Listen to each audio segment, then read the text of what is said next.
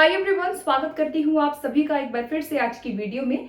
आज इस वीडियो में हम एनवीएस 2024 एग्जाम्स के लिए अपकमिंग स्ट्रैटेजीज के बारे में बात करेंगे। आपकी स्ट्रैटेजी क्या होनी चाहिए if you want to prepare for upcoming NVS, KVS और any other examination. So I will be talking about briefly in this video कि कैसे आप अपनी जो प्रिपरेशन है उसको बहुत बेहतरीन कर सकते हैं। सबसे पहली बात कि एनवीएस का आपको मालूम होगा, एज यू ऑल नो, कि जो कैलेंडर था वो आ चुका है ऑलरेडी। वेबसाइट पे ऑफिशियली भी कैलेंडर आया हुआ है, जिसके अंतर्गत जो भी आपकी एग्जामिनेशन की डेट्स होंगी, जो इंटरव्यू प्रोसेस होगा और ज्वाइनिंग डे तक सारी चीज़ें जो हैं सब कुछ मेंशन वहाँ पे कैलेंडर में कर दिया गया है। और ये बोला गया था कि फॉर्म फिलिंग बेसिकली आपका 15 जुलाई से 15 अगस्त तक होगा through LDC and normal vacancies both. लेकिन अभी तक इस दिशा में कोई भी कार्य हमें होते हुए नहीं नजर आ रहे हैं। बट ऐसा नहीं है कि अगर कुछ हमें इस दिशा में एनवीएस की तरफ से नहीं दिख रहा है कोई प्रोसेस होते हुए तो आपको तैयारी नहीं करनी चाहिए। दैट डजंट मीन कि आप तैयारी नहीं करेंगे। अपनी प्रिपरेशन को बनाए रखना बहुत ज़्यादा ज़रूरी है।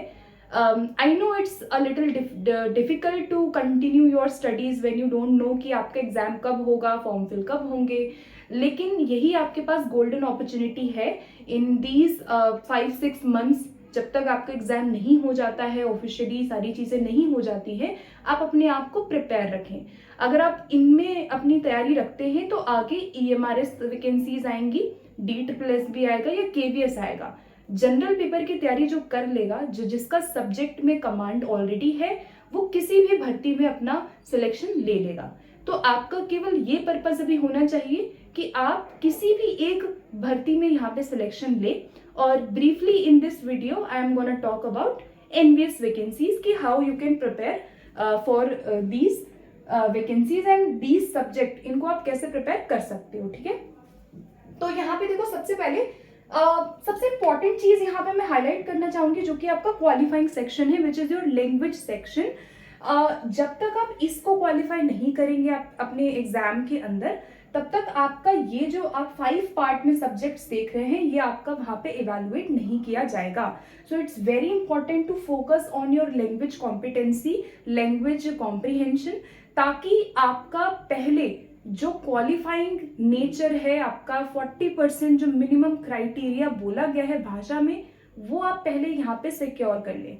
अगर आपका यहाँ पे नहीं होता है सिक्योर, तो वहाँ पे आपका डिसक्वालिफाइड हो जाएगा। तो सिलेक्शन के लिए, स्ट्रैटेजी के लिए सबसे इंपॉर्टेंट है अपने लैंग्वेज को स्ट्रांग बनाना। लैंग्वेज पोर्शन की बात मैं पहले यहाँ पे कर लेती हूँ for both TGT and PGT. If you are preparing for TGT exam, कोई भी सब्जेक्ट आपका है टीजीटी में, तो वहां पे आपको 30 मार्क्स का जो लैंग्वेज कॉम्प्रिहेंशन है वो आपको देखने को मिलेगा। 30 मार्क्स में you have choices between regional languages, और आपका 10 नंबर का रीजनल लैंग्वेज आता है, 10 नंबर आपका हिंदी आएगा एंड 10 मार्क्स फॉर इंग्लिश। ये आपके 3 जो सब्जेक्ट्स है लैंग्वेज में, ये 30 मार्क्स का क्राइटेरिया फुलफिल करेंगे। And in each section, in each language you have to obtain minimum 4 marks, यानी कि आपका 40%। आउट ऑफ 10 आपको कितना लाना है? 4 अंक यहाँ पे लाना है। अगर आपका 4 अंक नहीं आता है with all negative marking, so your paper will not be evaluated. So यहाँ आप देखेंगे कि नेगेटिव मार्किंग भी है, 0.25 की नेगेटिव मार्किंग यहाँ पे पाई जाती है, यानी कि 1/4 की नेगेटिव मार्किंग यहाँ पर है। अगर आपका एक प्रश्न यहाँ पे, अगर आपके 4 प्रश्न गलत हो जाते हैं लैंग्वेज पोर्शन में, या 10 में से आपके 4 प्रश्न गलत हो जाते हैं, तो आपका 1 नंबर वहां पे कट हो जाएगा। तो 1/4 की नेगेटिव मार्किंग यहाँ पे है। तो इसके साथ ही आपको सिक्योर करना है। It might seem very easy कि चलो ये तो हो जाएगा, लेकिन बहुत सारे स्टूडेंट्स हैं जिन्होंने अभी ईएमआरएस का एग्जाम दिया, उनका इस वजह से सिलेक्शन होने से रह गया था। उनका हो सकता है कि सब्जेक्ट अच्छा गया हो, बाकी portion they did well, but language portion qualify नहीं हो पाया, तो उनका इवैल्यूएट नहीं हुआ।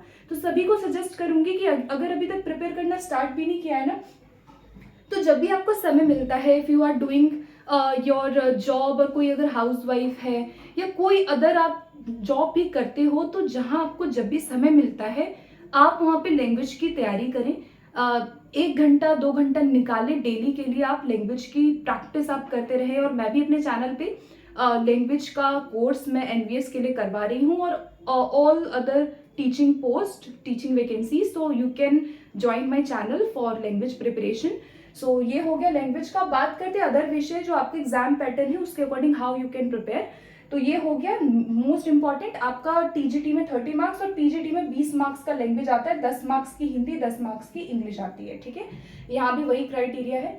अब देखो रीजनिंग आपका 10 मार्क्स, पीजीटी में 20 नंबर की रीजनिंग है, तो रीजनिंग के लिए आप कोई भी बुक ले सकते हो। आर एस अग्रवाल है, आर गुप्ता है, और बहुत सारी रीजनिंग की बुक है, तो आप आर एस अग्रवाल ले सकते हो।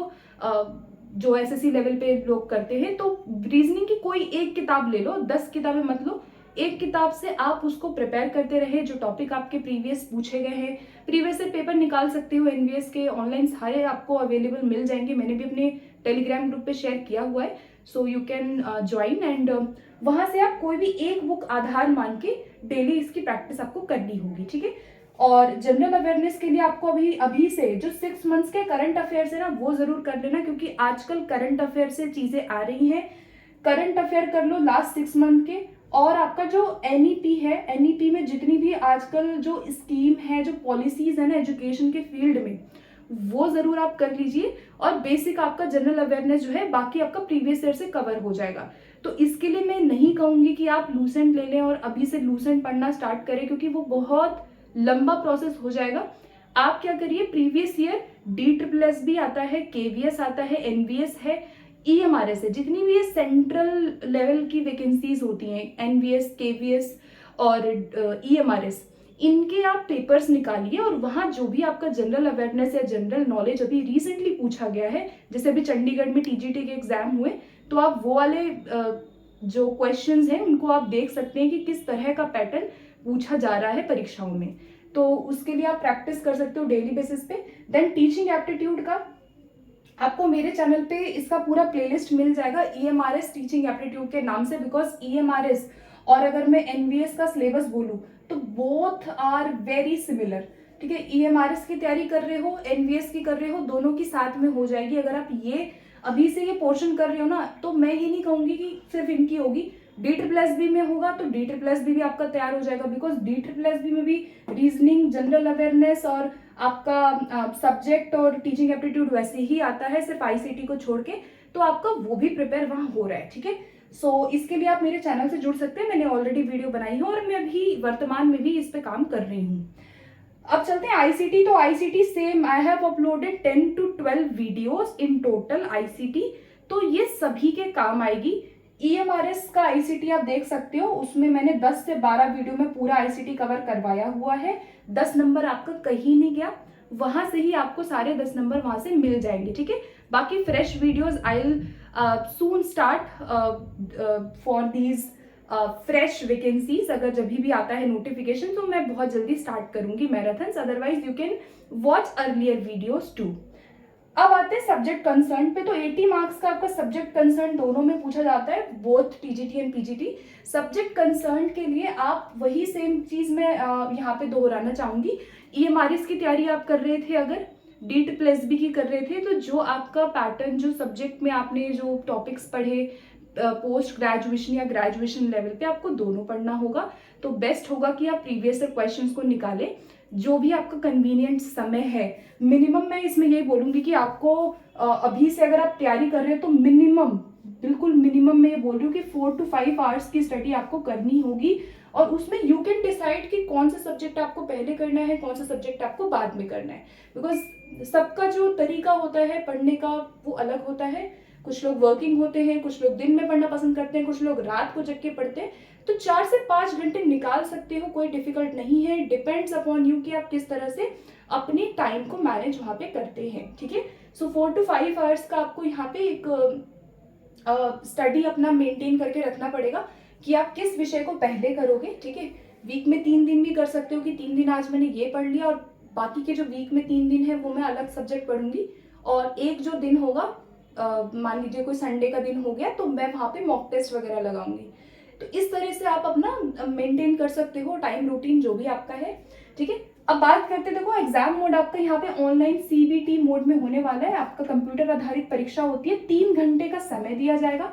नेगेटिव मार्किंग बिल्कुल होती है 0.25, यानी वही मैंने बोला कि 4 प्रश्न आप गलत करेंगे तो आपका एक सही उत्तर भी वहाँ पे कम हो जाएगा। तो पॉइंट से यहाँ पे सिलेक्शन रुक जाता है। बहुत मैटर करता है आपका एक एक प्रश्न किस तरह से आप उसको कर रहे हैं और कितने आप लगन से यहाँ पे पढ़ रहे हैं सारे सब्जेक्ट्स। सिलेक्शन प्रोसेस की मैं बात करूँ तो आपका पहले सीबीटी होगा और सीबीटी के बाद आपका इंटरव्यू भी होगा और एग्जाम मीडियम आपका बाइलिंगुअल होता है, यानी आपका हिंदी इंग्लिश दोनों में।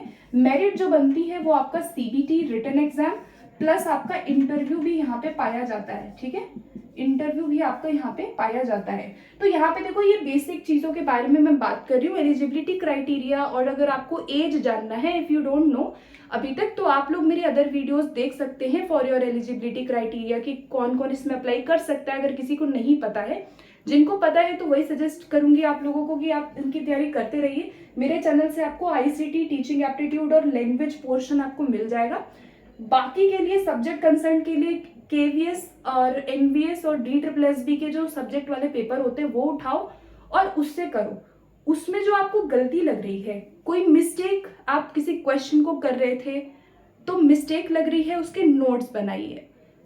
तो मिस्टेक जो निकली आपकी, जो आप गलती कर रहे हैं उसको, क्वेश्चंस को सॉल्व करने में, उसके नोट्स बनाइए। बहुत सारा मटेरियल अवेलेबल है, सब कुछ बहुत फ्री में भी आपको आजकल मिल रहा है, तो आप वो कंसिडर करिए। एंड उसके साथ साथ आपको टॉपिक वाइज भी स्टडी करनी पड़ेगी, यानी कि आपको थॉरो स्टडी थोड़ी सी डिटेल में आपको करना पड़ेगा। केवल क्वेश्चंस करने से काम यहाँ पे नहीं चलेगा।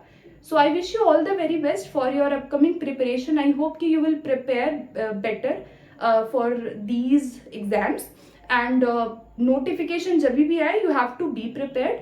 So इस वीडियो को बनाने का केवल यही था कि आप अपनी तैयारी में लगे रहें और मुझसे आप कनेक्ट हो सकते हैं for your preparation.